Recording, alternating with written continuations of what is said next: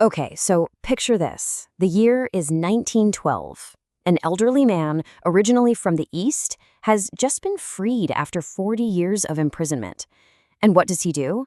He embarks on this absolutely incredible journey to America.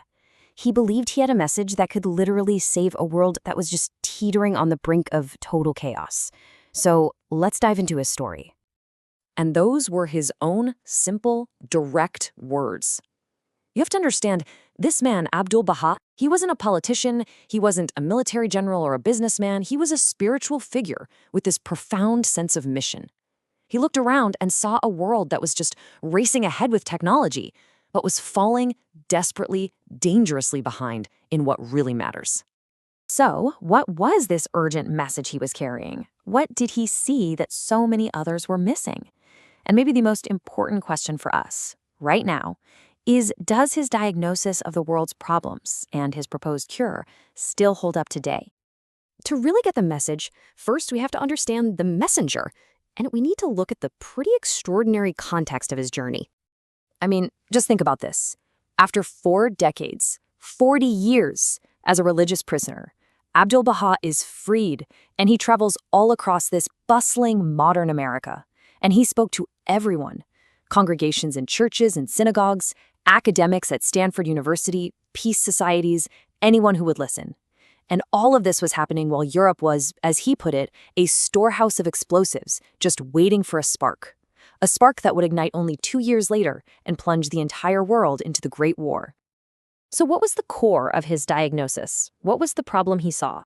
Well, he argued that humanity's progress was dangerously, maybe even fatally, unbalanced. The way he explained it was by identifying 2 kinds of civilization. First, there's the material civilization, and that was advancing like crazy. New industries, new weapons like dreadnoughts and smokeless guns. But then there's our spiritual civilization, our capacity for love, for morality, for unity. And that was lagging way, way behind.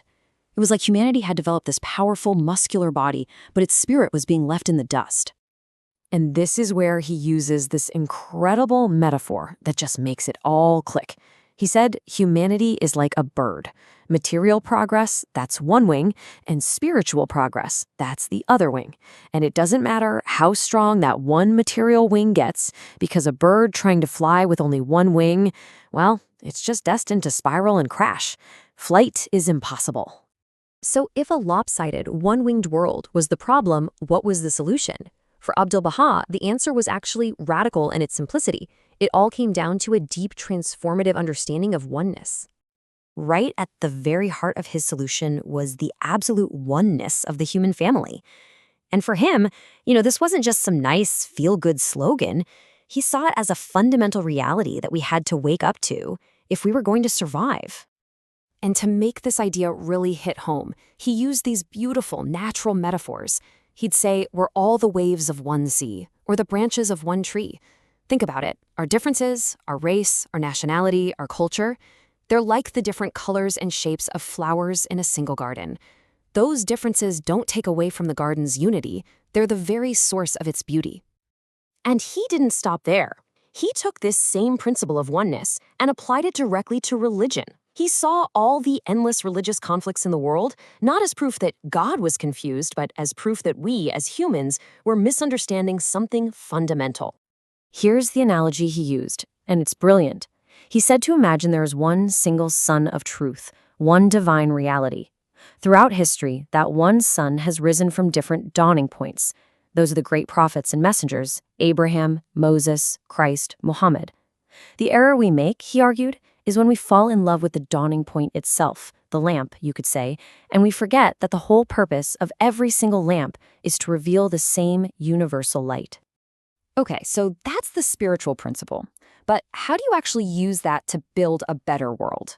Well, Abdu'l-Bahá insisted that this idea of oneness had to be translated into a practical social structure for the whole world. And just listen to how modern this blueprint sounds even today. He championed the full equality of women and men. He said universal education for every single child was an absolute necessity. He talked about the harmony of science and religion, saying they were like 2 wings for understanding reality. And on a global scale, he called for an international language to help us understand each other and a world court to settle disputes peacefully. This was his practical blueprint for a world that could finally fly with both wings. But here's the thing. This grand vision wasn't just some big plan for governments and institutions to figure out. No, he brought it right back down to the individual. He placed a profound responsibility on every single one of us. And this is where it really comes back to us. He said none of this grand plan can work without an internal change in each person. And he called this the independent investigation of truth. It means we have to stop being, in his words, slaves and captives of mere imitation, just blindly following what our family, our ancestors, or our society tells us to believe. I mean, listen to that. It's a direct call to action. He's saying we have to use our own reason, our own minds, our own hearts to find out what is true for ourselves. Because only then, he believed, can we really break free from the prejudices that divide us. And so that leaves us with this final thought. It has been over 100 years since Abdu'l-Bahá brought this message to America, and we've seen unbelievable material advancements since then, right? Things he couldn't have even imagined. But when you look at our world today, when you see all the conflict and the division, you have to ask yourself, are we still a bird trying to fly with one wing?